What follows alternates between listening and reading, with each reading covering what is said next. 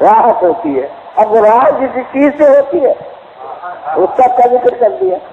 اور اس میں دبا والی سے جو اذیت ہوتی ہے، اب وہ کہا جاتا ہے وہ نفس کو اذیت ہوتی ہے، وہ روح کو اذیت ہوتی ہے، تو کون سمجھتا؟ لہٰذا انہوں نے کہا بہت سے بیاض کے شعلے ہوں گے اور اس میں سانپ ہوں گے جو ڈٹ رہے ہوں گے، جو اذیت کی صورتیں ہیں وہ سب بتا دیں. یہ سب لوگوں کو سمجھانے کے لیے ہے. انبیاء تھے نیک نیت لوگ، مقصد ان کا اصلاح خلق تھا. اصلاح کے ذریعے سے یہی صورت مناسب تھی، لہذا انہوں نے یہ صورت اختیار کی. یہ ہے جزا و سزا کی نوعیت کو گویا اچھے اور برے اعمال کی خاصیت قرار دینا. اور اس صورت میں یہ ہوتا ہے کہ اللہ کا کوئی فعل ارادی نہیں ہے کہ وہ جزا دیتا ہے، وہ سزا دیتا ہے. نہیں، وہ تو کام کی خاصیت ہے جو رونما ہوتی ہے. تو یہ ایک محاذ ہے قیامت کے بارے میں. ایک اور تیسرا محاذ،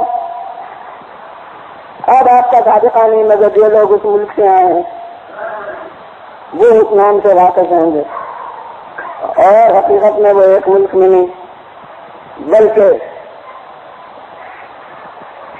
شرک کے ساتھ ساتھ تقریباً ہر جگہ یہ تصور بھی جزا و سزا کا ہے جسے تناسخ کہتے ہیں. جہاں جہاں مثلاً بودھوں کی اکثریت، بودھ مذہب کی، جاپان، چین وغیرہ، تو ہر جگہ وہ تناسخ اس کے ساتھ لازمی جز ہے. اور تناسخ وہاں کی ہمارے یہاں کی مذہبی زبان میں اس کا نام ہے آوادن. تو اس کا کیا مطلب؟ جزا اور سزا کے وہ بھی قائم ہے، مگر اس کے ساتھ یہ کہ وہ ہر آدمی مرنے کے بعد پھر کسی شکل میں دوبارہ پیدا ہوتا ہے، اس کو جنم کہتے ہیں. اور وہ جس شکل میں اس نے جنم لیا اس میں جو راحتیں ہوتی ہیں وہ سب جزا ہیں قبل کے عمل کی، اور جو تکلیفیں ہوتی ہیں، اذیتیں ہوتی ہیں، وہ سب سزا ہیں قبل کے اعمال کی. لہذا بس یہی سلسلہ ان کی زبان میں جتنی مجھے معلوم ہے اس میں کہہ رہا ہوں کہ کرم اور جنم کا سلسلہ لامتناہی طور پر جاری ہے. اسی طرح اسی نظام پیدائش میں نظام جزا و سزا بھی چل رہا ہے. تو نتیجہ پھر یہ ہوا کہ کوئی الگ دور جو جزا و سزا کا ہو، جسے مسلمان قیامت کہتے ہیں، وہ کچھ نہیں. اور جناب اتنے محاذ سامنے ہیں تو ظاہر ہے کہ اگر پورے طور سے ان کی رد کی جائے تو پھر ایک مجلس کا کافی ہو سکتی ہے. اور مشکل یہ ہے کہ موضوع مقرر کرنے والوں نے یہ تو دیکھا نہیں تھا کہ اصول دین میں آخری دن قیامت آئے گی.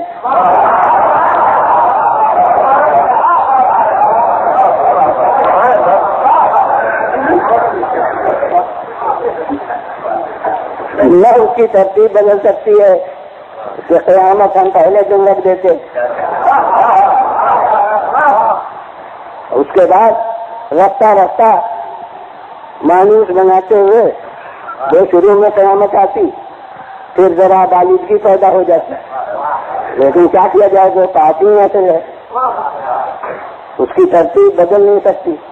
تو اب ظاہر ہے کہ پورے وہ اور کسی بحث میں بھی میں کل کبھی منشی داخلہ میں نہیں گیا تو یہاں کیوں جاؤں گا.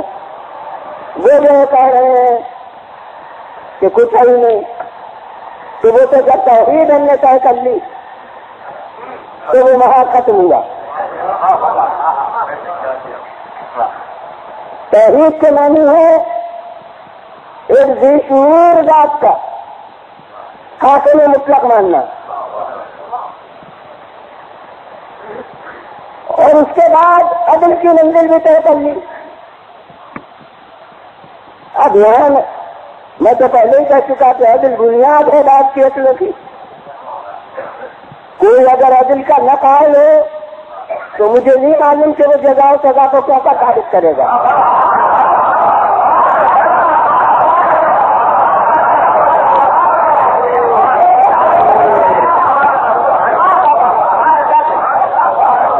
ارے صاحب یہ تو دنیا کی کچہری ہے بھی. جہاں رسمی طور پر جزا و سزا ملتی ہے نام اس کا بھی عدالت ہے. یعنی جزا و سزا سے تو تعامل عدالت الگ ہو ہی نہیں سکتا. اگر عدل سے منکر ہو جائیں تو ضرورت ہی قیامت کی نہیں ہے. وہ تو جب اللہ کو عادل مان چکے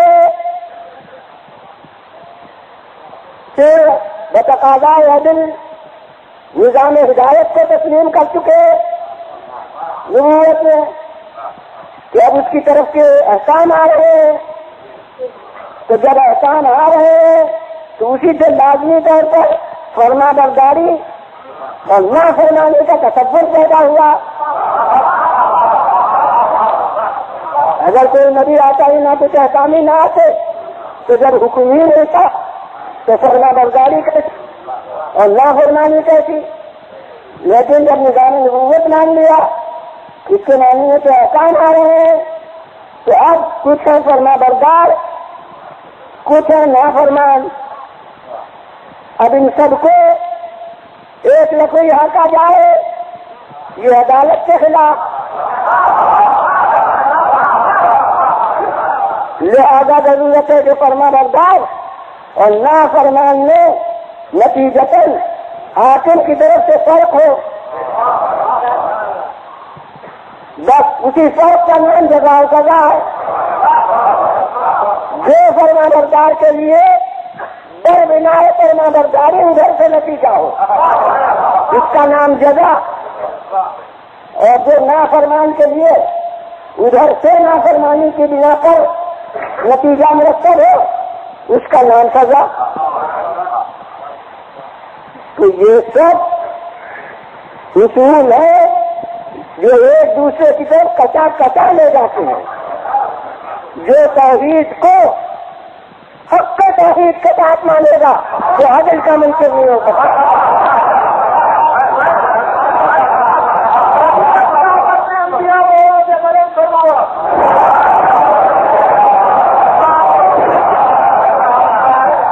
جو توحید اور عدل دونوں کو مان لے گا اللہ کی ربوبیت کا قائل ہو جائے گا وہ نظام ہدایت کا منکر نہیں ہو سکتا.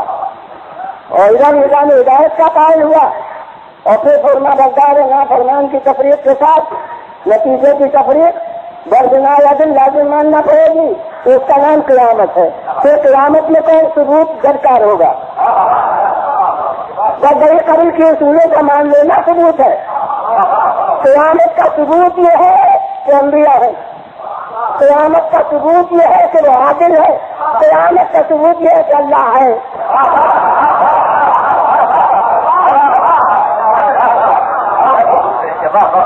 اور الگ سے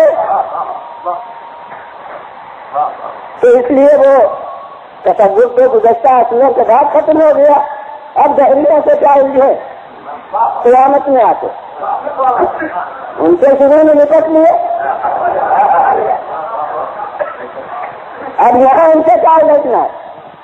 اس کے بعد اب وہ صاحب فلاسفہ اسلام جو بجہاں کا ایسے پر نظر اطاعت کے نتیجے میں وہ خوشی اور معصیت کے نتیجے میں وہ رنج اور غم وہ سب وہی ہے اور آگے کچھ نہیں. اب یہ سب کیا کہہ رہے ہیں اس کے معنی قیامت بھرا پڑا ہے تفصیلات سے جنت اور جہنم سے. تو اس سب کو کہتے ہیں کہ یہ مجاز ہے. لوگوں کو سمجھانے کے لیے یہ الفاظ کرتی ہے. اس کے معنی یہ ہے کہ یہ سب مجاز ہے. راحت دکھلانا ہے. راحت سے دکھانا